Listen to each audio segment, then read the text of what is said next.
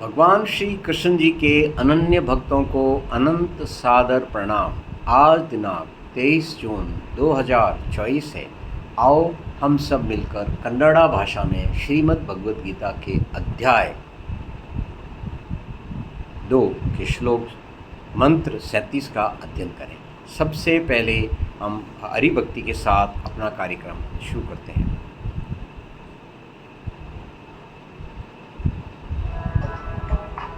ओम नमो भगवते वासुदेवाय नमः।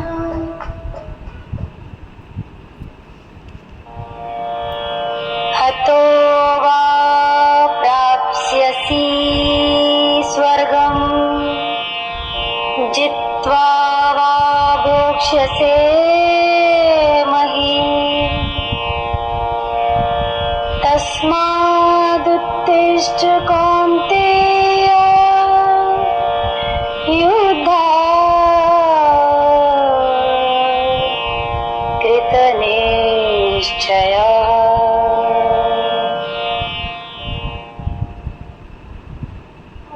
यदि तू युद्ध में मारा गया तो स्वर्ग प्राप्त करेगा और विजय हुई तो पृथ्वी का सुख भोगेगा।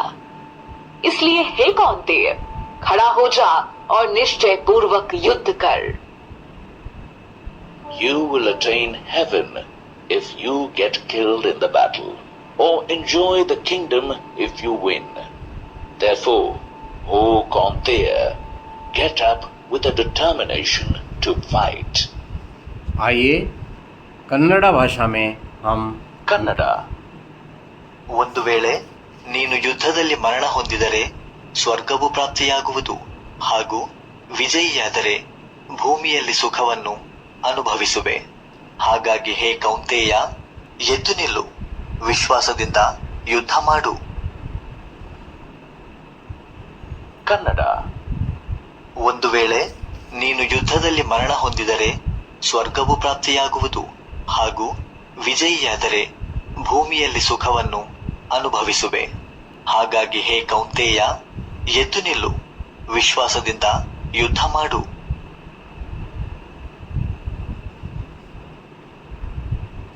ಕನ್ನಡ. ಒಂದು ವೇಳೆ ನೀನು ಯುದ್ಧದಲ್ಲಿ ಮರಣ ಹೊಂದಿದರೆ ಸ್ವರ್ಗವು ಪ್ರಾಪ್ತಿಯಾಗುವುದು ಹಾಗೂ ವಿಜಯಿಯಾದರೆ ಭೂಮಿಯಲ್ಲಿ ಸುಖವನ್ನು ಅನುಭವಿಸುವೆ. ಹಾಗಾಗಿ ಹೇ ಕೌಂತೆಯ, ಎದ್ದು ನಿಲ್ಲು, ವಿಶ್ವಾಸದಿಂದ ಯುದ್ಧ ಮಾಡು. हटो, मरकर स्वर्गम, स्वर्ग को भोक्ष्य से उपभोग करेगा महीम। युद्ध महीम, पृथ्वी का युद्धाय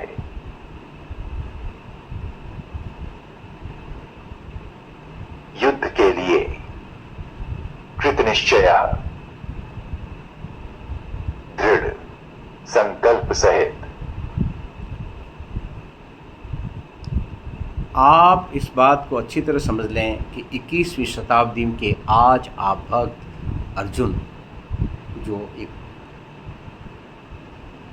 सर्वनाम मैं इस्तेमाल कर रहा हूँ, वह उनका युद्ध क्षेत्र क्या है।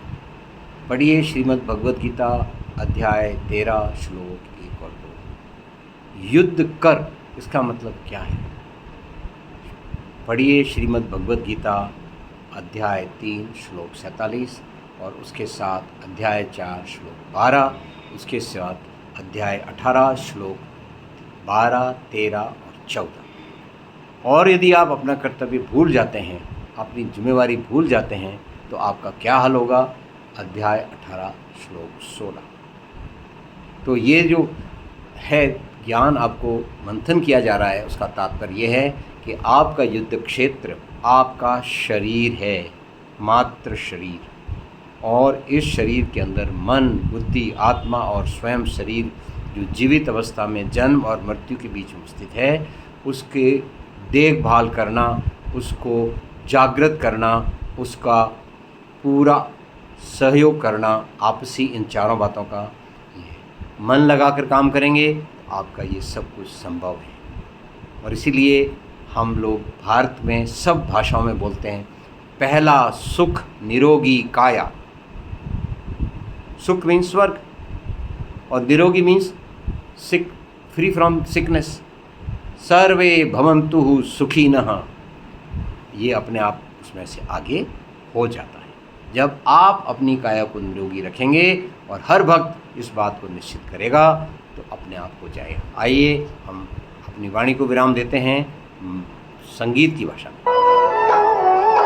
जीते रहे तो राज लोगे, मर गए तो स्वर्ग में। इस भांति निश्चय युद्ध का करके उठो हरिवर्ग में। और रात को आप जब सोएं तो आप ओम का उच्चारण करते हुए सोएं। 2-3 बार में ही आपको बहुत अच्छी नींद आ जाएगी और सुबह आप उठेंगे तो निरोगी महसूस करेंगे। इसी के साथ ही मैं आपको ओम का उच्चारण सुनाता हूँ। ओम